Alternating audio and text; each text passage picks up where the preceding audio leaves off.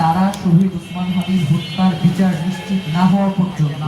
তারা এই রাজপথ ছেড়ে যাবে না, এটা আপনাদের মাধ্যমে আমরা পুরো বাংলাদেশকে নিশ্চিত করলাম। এখন কথা হচ্ছে আর একটা জিনিস, মামলার যেটা স্পষ্ট করা জরুরি, কারণ মামলার বিষয়গুলো স্পষ্ট না হলে বিভ্রান্তি তৈরি হয়। তারা এখানে কবির যে আছেন মামলার একজন আসামি, যিনি খুনির সাথে সরাসরি সেন্টারে গিয়েছেন, 5 তারিখে দুদকের সামনে গিয়েছেন, কিন্তু তাকে শুধুমাত্র খুনের অংশ হিসেবে এই মামলায় দেখানো হয়েছে, তাকে প্রাণের কোনো অংশ হিসেবে এই মামলায় তাকে পরিচয় করা হয় নাই। আবার এই যে ফিলিপ, যার কথা বলা হচ্ছে যে তাকে পালাতে সহযোগিতা করেছে, ফিলিপের তো 2জন সহযোগীকে আপনারা জানেন যে গ্রেফতার করেছে, তাহলে এই 2জন সহযোগীর মাধ্যমে এখন পর্যন্ত কেন নিশ্চিত হওয়া গেল না যে শহীদ ওসমান হাদির হত্যাকারীরা আসলে কোথায় রয়েছে? সর্ষের মধ্যেই যদি ভূত থাকে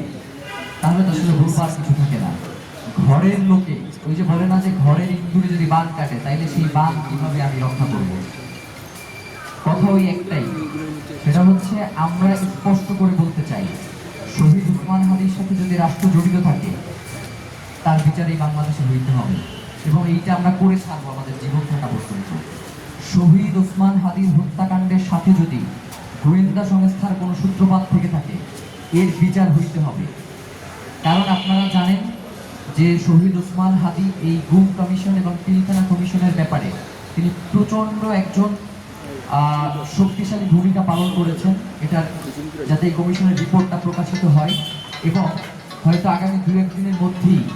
গুম কমিশন, পিলখানা কমিশনে শহীদ ওসমান হাদি এবং গুম কমিশনে শহীদ ওসমান হাদি কিভাবে তাদেরকে সহযোগিতা করেছে এটা নিয়েও তারা একটা তাদের পক্ষ থেকেও বিবৃতি দিবে। এই যে একজন মানুষ পুরো বাংলাদেশের স্বাধীনতা, সার্বভৌমত্ব এবং ইনসাফ রক্ষার জন্য তার জীবনটা বিলিয়ে দিয়ে গেছেন, তিনি তো আমাদের কাছে শুধু একটা দাবি করে গিয়েছেন যে আমাকে ভাইয়েরা যদি মেরেও ফেলা হয় আপনারা দয়া করে বিচারটা করবেন। তো আমাদেরকে যে এইভাবে অসহায় করে রাখা হচ্ছে, প্রত্যেকটা জায়গায় আমাদেরকে কোনো কথাই শোনা হচ্ছে না, এবং জাস্ট একটা আশ্বাসের বাণীর বাইরে রাষ্ট্রের কোনো পদক্ষেপ আমরা দিচ্ছি না। একটা কথা বলি যে যেই ইসি শহীদ ওসমান হাদিকে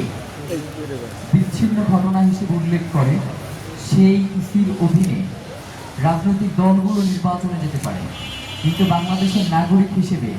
এই ইসিকে অপসারণ যদি না করা হয়, একজন নাগরিকের জায়গা থেকে হয়তো আমরা এই ইলেকশনের বিরুদ্ধে, মানে এই ইসির বিরুদ্ধে আমরা দাঁড়াবো, ইলেকশনের বিরুদ্ধে না, এই ইসির বিরুদ্ধে আমরা রাজপথে আমাদের অবস্থান গ্রহণ করতে